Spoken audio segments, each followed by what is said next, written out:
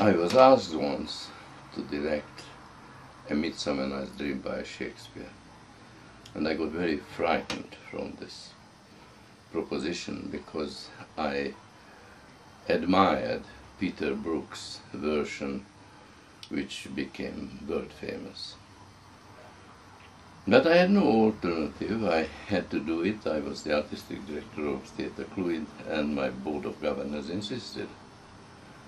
And after having read the play, which was inspiring by itself, I started wondering about the nature of the title and the fact that it is a dream. And I wondered, how could I find out about dreams? I mean, at the turn of the 19th, 20th century, a Viennese Jew called Sigmund Freud invented modern psychiatry and psychoanalysis. And the symbolism found in dreams was a revelation. And I wondered, how is it that in Shakespeare's piece, which is 300 years earlier, he could have such fun with this symbolism and such significance and truth. And so I tried to go through the piece considering Freud's considerations. First of all, I wanted to find out where the whole event took place, in Athens, where there is a duke, where the duke is supposed to sort out love between man and woman, where the same duke is about to get married to the queen of the Amazons. Brave thing to do. And the duke's name was Theseus. You see, Theseus was quite a lad when he was young. He freed Minos from the Minotaur. He went into the labyrinth and fought this monster and killed him. But the interesting thing was that he could get out because his lover, Ariadne, gave him a thread which guided him out of the exit. And what did then Theseus do? Leave his lover, who incidentally committed suicide, and went to Athens and eventually became a duke. Now, by now, he is middle-aged, and he is about to marry the queen of the Amazons, a woman who was the lover of Hercules. Not an easy person to follow in bed. So he had a problem of trying to convince his new bride, Hippolyta, that not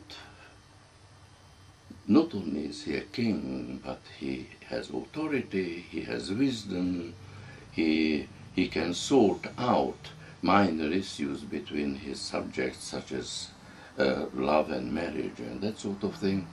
And the physical attributes of sex are not a prime consideration. This, as a starting point, was very important, because if I considered that in the play proper, which takes place in a forest, in a magic forest, according to Freud, a forest is fertility, danger, excitement, fun. All kinds of things can happen in a forest. In this forest, there is a king of the fairies, Oberon, who seems to have the same preoccupations as Theseus has. He wants to be able to sort out who loves whom, who falls in love with whom or what. Everything which he couldn't achieve as Theseus, he certainly could achieve as Oberon. That gave me a very interesting key to the two parts being played by the same actor. It also gave him a key to how to relate to the fact that he made his fairy queen Titania fall in love with a donkey, an animal famous for his physical attributes. And it also shows us that you cannot really humiliate somebody whom you love without humiliating yourself. So this was an important element of finding out who plays whom and what is what. I also discovered that in the course of the play, not everybody dreams. None of the mechanicals dream. They may not have dreams, but they certainly have ambitions. The mechanicals want to please the court. They want to show that they are not only good craftsmen, but they can perform a play. And they have perhaps only one nightmare, and that is that their star, their confident, successful star, will make an ass of himself. And in order to plant this, to give them good enough reason to have this, I felt that one ought to justify this at the introduction of the play. The introduction of the play was anyhow inspired by the Queen's visit to Theatre Acclaimed, where we actually put this play on.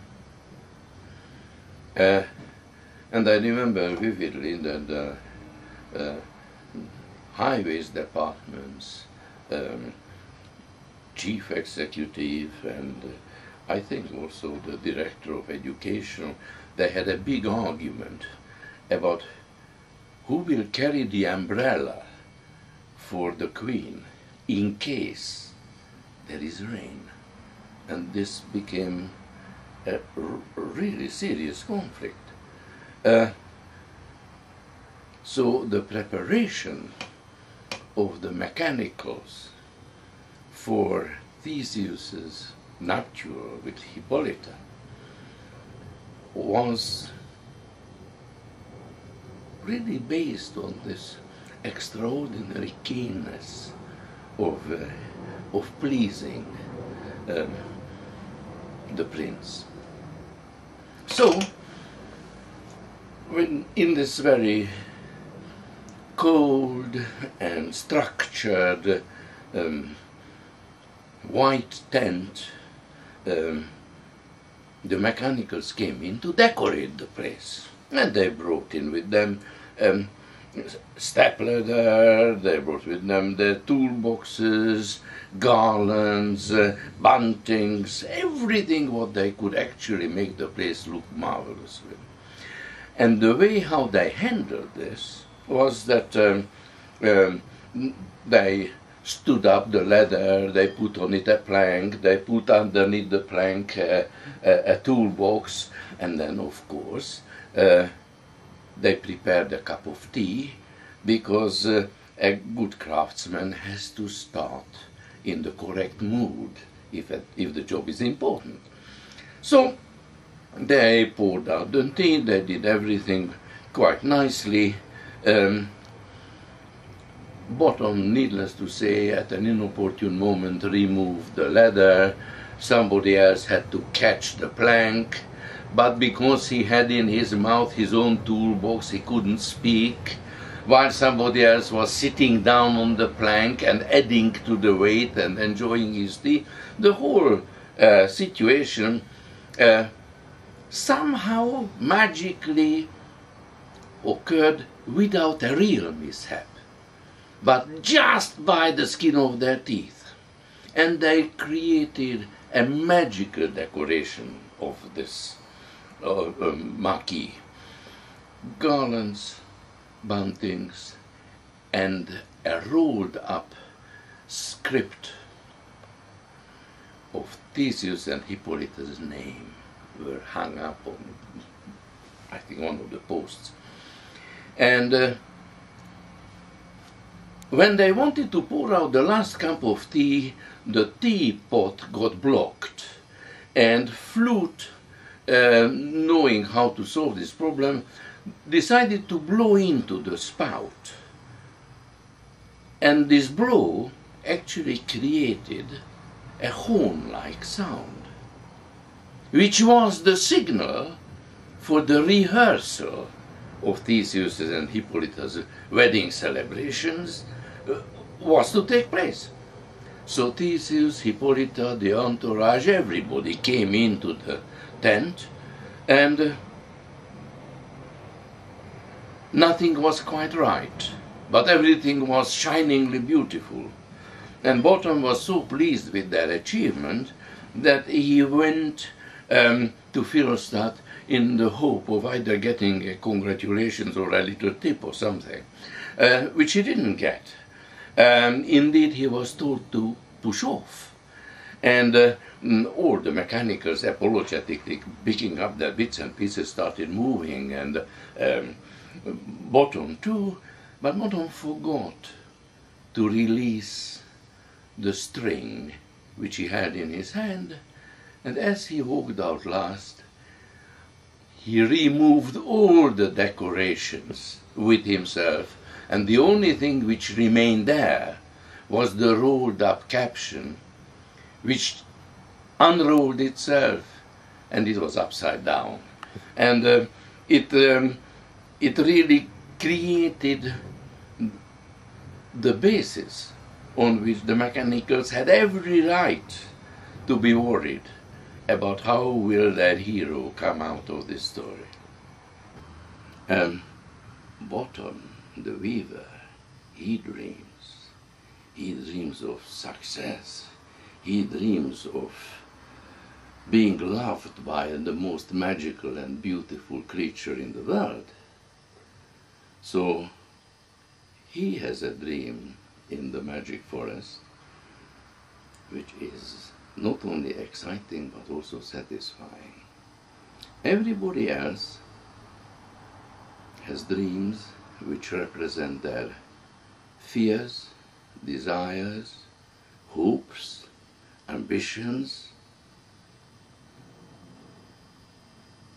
and shortcomings. And from that consideration, I went through the cast and found that, for instance, if there is a master of ceremonies in Theseus's court called Philostat, and if I consider that Oberon's master of ceremonies is Puck, so I ought to couple these two parts, then since Puck is tremendously agile, witty, direct, speedy, I would perhaps make Philostat in Theseus's court the opposite. And his big dream is to be like Puck is. When I found that Hermia, one of the lovers, who is so in love with her man Lysander that she is willing to go with him through this frightening forest, But when her man Lysander says, "Why don't we lie down here on this very nice little patch of grass together?" Then she says, "Oh no, oh no, no, no, you go over there." Because propriety, or because being afraid of her own desires? I don't quite know. But one is sure, that when she dreams about her lover leaving her alone in this forest, that snakes are crawling up to her heart, and when she wakes up in the dream, which actually takes part in the forest, her lover left her, her best friend betrayed her. Both Lysander and his best friend Demetrius fall in love with Hermia's best friend, childhood friend Helena. So everything that could go wrong in relationships does. It was very interesting to figure out really how each of these people coped with the nightmare they found themselves in. I'm not saying that this is the only way of reading the play. I only wanted to discuss the thoughts which led me to a production where we had a very satisfactory performance of it. It was exciting and successful, and that is why I would like to share more of this thought.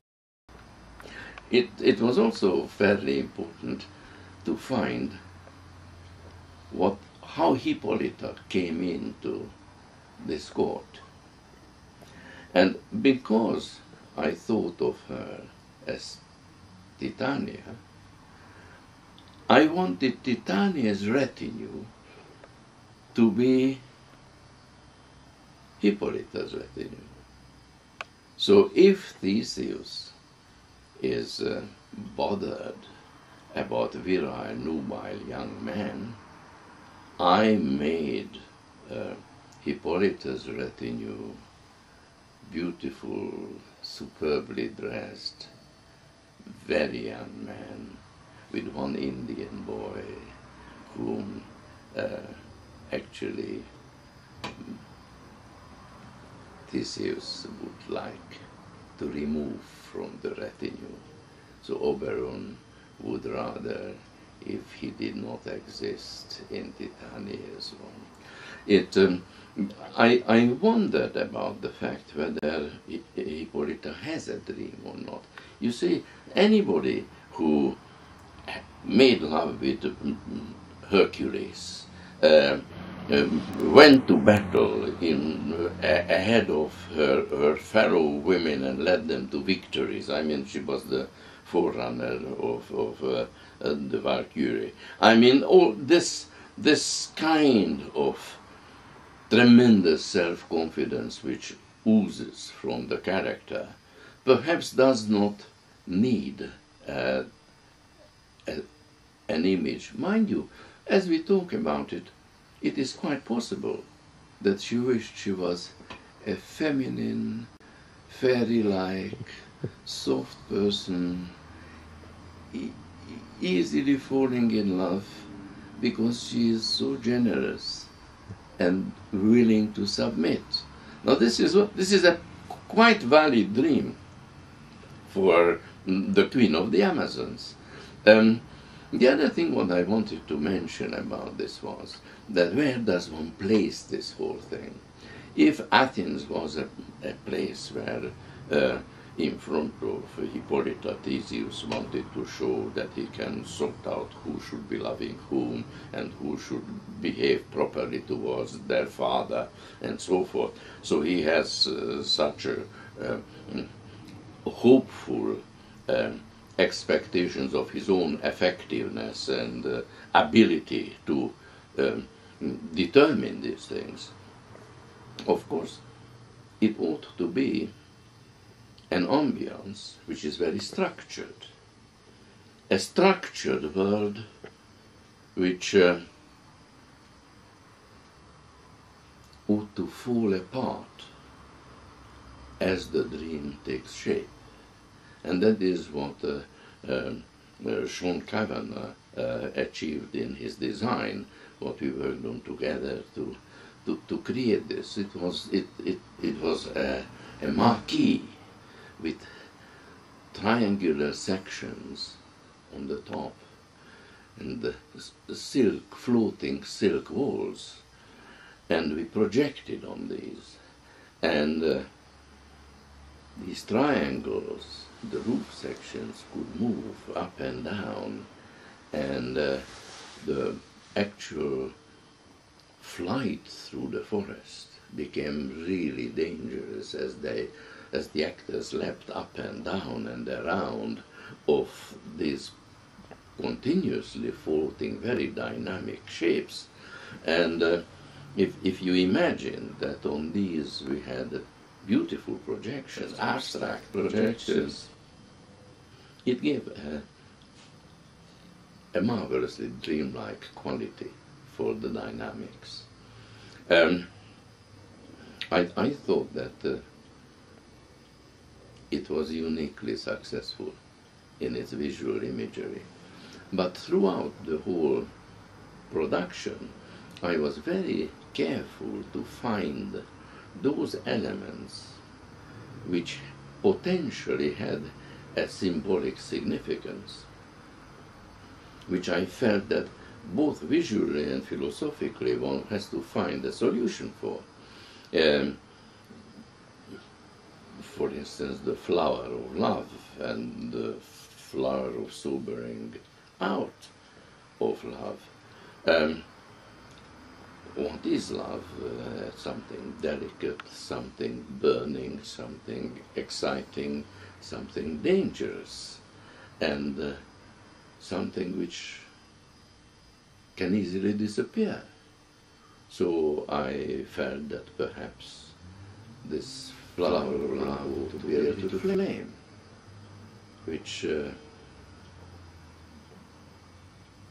Puck can hand over to Oberon, or Oberon back to Puck, and Puck can just squeeze onto the eyes of the sleeping Demetrius or Lysander, or whomever he wanted to.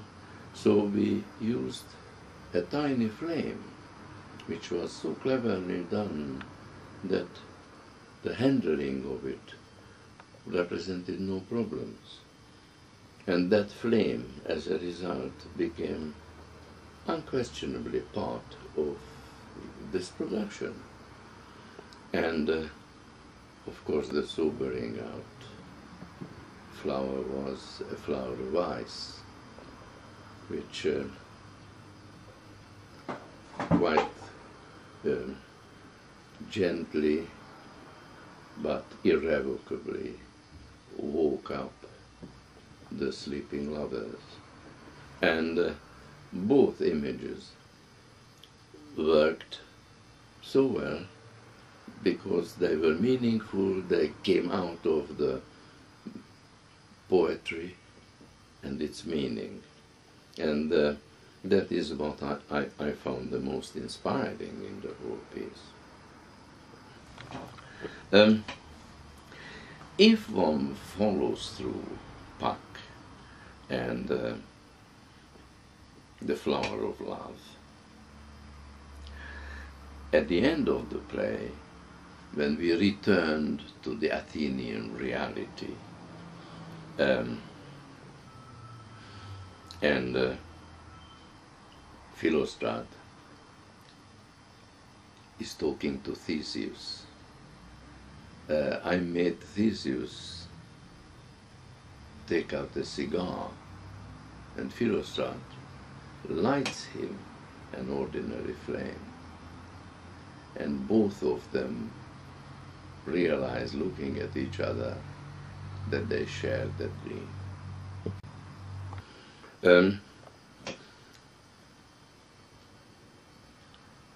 I could not stop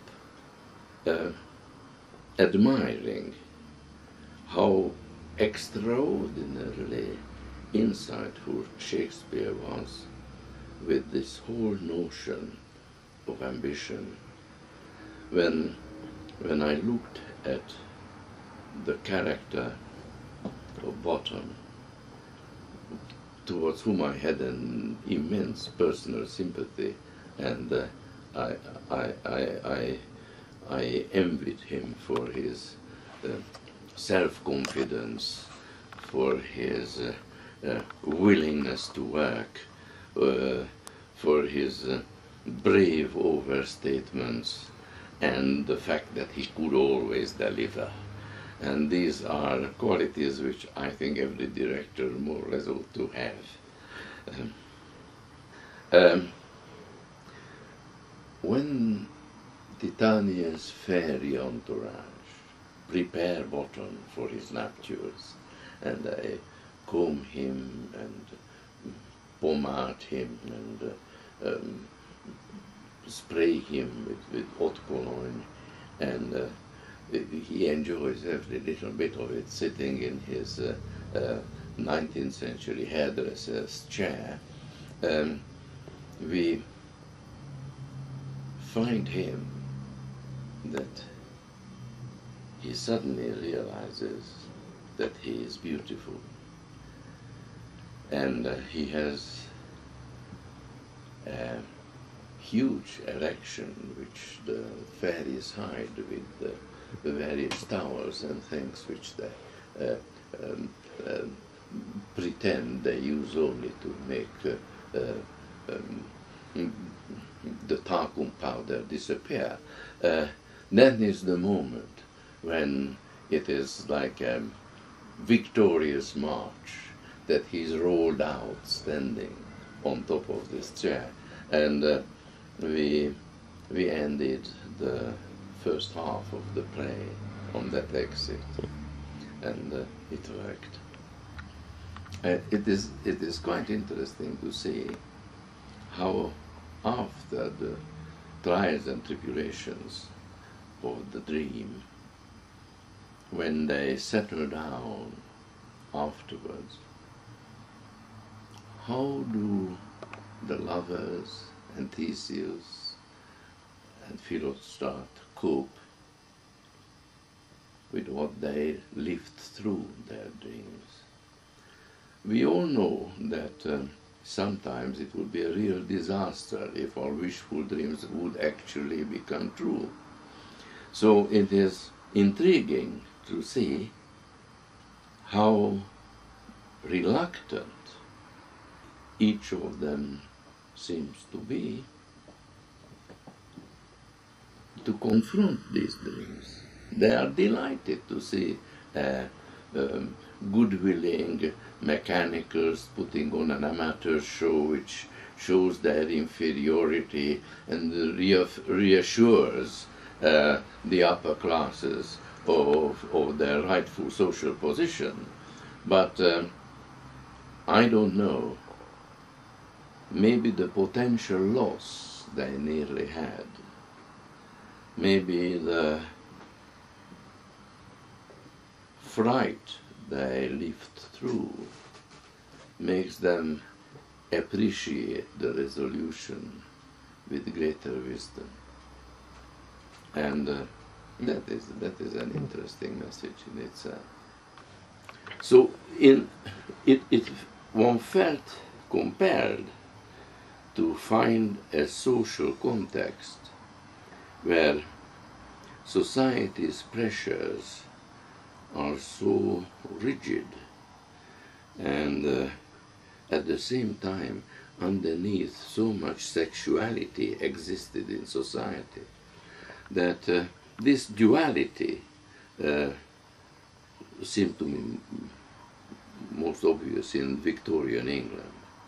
So the costumes were based on the Victorian period, with the exception of Richard Dodd, who did this strange, perverse fairyland in a forest painting, and Aubrey Beardsley, who was in the heart of the sort of Oscar Wilde Society, and his excellent drawing of Lysistrata provided us with the costume for Titania, and it was excitingly expressive of both the beauty, the wealth, and the perversity of this fairy ambience.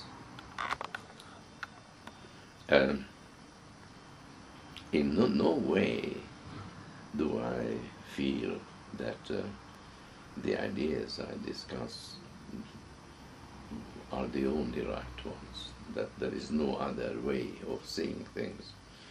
Especially not since when I saw Peter Brook's white box with trapezes and circus acts in it, they had such an impact, such admiration, not only from me but from everybody, that one cannot overstate its significance.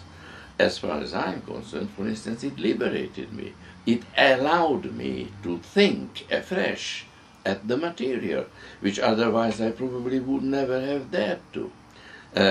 So I have an enormous gratitude towards him and his production.